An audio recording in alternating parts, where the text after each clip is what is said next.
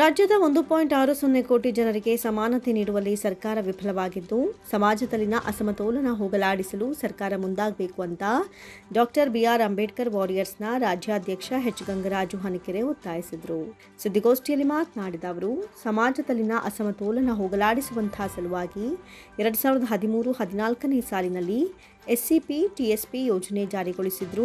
ಯೋಜನೆಯ nodal ಅಧಿಕಾರಿಯಾಗಿದ್ದ E Venkataiah ಅವರ 10-12 ವರ್ಷಗಳ ನಿರ್ಲಕ್ಷ್ಯತೆಯಿಂದಾಗಿ ಯೋಜನೆಗೆ ಮೀಸಲಿರಿಸಿದ್ದ 1,500 ಕೋಟಿ ರೂಪಾಯಿ ಅನುದಾನ ಎಸ್ಸಿ ಸಮುದಾಯಕ್ಕೆ ಬಳಕೆಯಾಗದೆ ಹಿಂದಕ್ಕೆ ಪಡೆದಂತಾಗಿದೆ ಅಂತ ಆರೋಪಿಸಿದರು.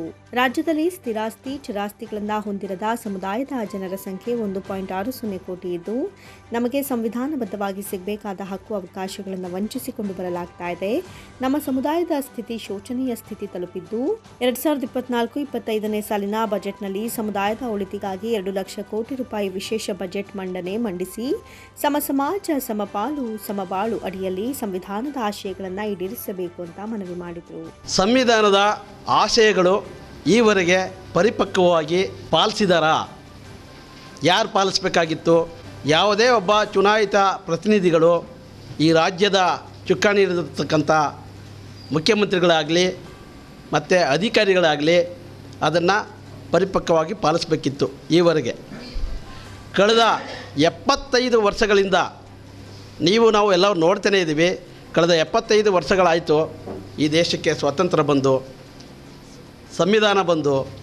ಆದರೂ ಕೂಡ ಈ ತಾರತಮ್ಯ, ಅಸ್ಪೃಶ್ಯತೆ, ಅಸಮಾನತೆ ಎಲ್ಲವೂ ಕೂಡ ತಾಂಡವಾಡ್ತಾ ಇದೆ. ನೋಡಿ, ಇತ್ತೀಚೆಗೆ ನಮ್ಮ ಕಣ್ಣು ಮುಂದೆನೇ ನಡೀತಾನೇ ಇದೆ. ಅಸ್ಪೃಶ್ಯತೆ ತಾಂಡವಾಡ್ತಾ ಇದೆ, ಬಡತನ ನಿರ್ಮೂಲನೆ ಆಗಿಲ್ಲ, ನಿರುದ್ಯೋಗ ಸಮಸ್ಯೆ ತಾಂಡವಾಡ್ತಾ ಇದೆ. ಎಲ್ಲ ಕಡೆ ಎಲ್ಲ ಕ್ಷೇತ್ರದಲ್ಲೂ ಅಸಮಾನತೆ ಇದೆ. ಮತ್ತು ಸಮಾಜ ನಿರ್ಮಾಣ ಮಾಡಬೇಕು ಅಂತೇಳಿ ಬಾಬಾ ಸಾಹೇಬ್ ಅಂಬೇಡ್ಕರ್ ಅವರು ಸಂವಿಧಾನವನ್ನು ಬರೀತಾರೆ, ಈ ದೇಶಕ್ಕೆ ಕೊಟ್ಟಿದ್ದಾರೆ.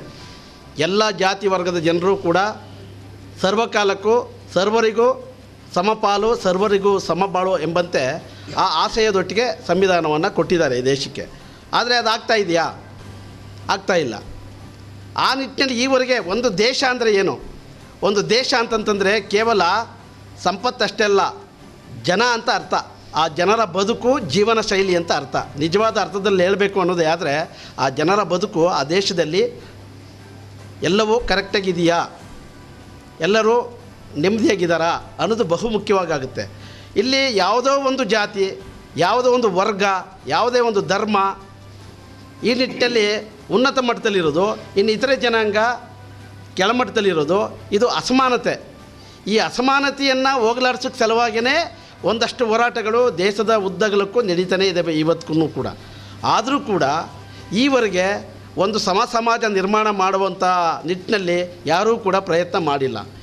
ಸರ್ಕಾರಗಳು ಯೋಜನೆಗಳನ್ನ ಮಾಡ್ತಾನೇ ಇದ್ದಾವೆ. ಆ ಯೋಜನೆಗಳು ತಲುಪ್ತಾ ಇದೆಯಾ?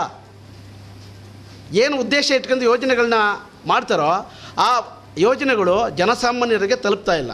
ಸುದ್ದಿಗೋಷ್ಠಿಯಲ್ಲಿ ಡಿಎಸ್ಎಸ್ ಭೀಮವಾದ ರಾಜ್ಯಾಧ್ಯಕ್ಷ ಚೆನ್ನಕೇಶವ, ಬುದ್ಧ ಭಾರತ ಫೌಂಡೇಶನ್ ಅಧ್ಯಕ್ಷ ಜಯರಾಮಯ್ಯ, ದಸಂಸ ರಾಜ್ಯ ಸಂಚಾಲಕ ಎಂವಿ ಕೃಷ್ಣ, ಸ್ವಾಭಿಮಾನಿ ಸಮಾಜದ ರಾಜ್ಯಾಧ್ಯಕ್ಷ ಎಚ್ಎನ್ ನರಸಿಂಹಮೂರ್ತಿ, ಅಹಿಂದ ರಾಜ್ಯ ಸಂಘಟನಾ ಕಾರ್ಯದರ್ಶಿ ಲೋಕೇಶ್, ಅಮ್ಜದ್ ಪಾಷಾ, ಮುಕುಂದ ಹಾಜರಿದ್ದರು.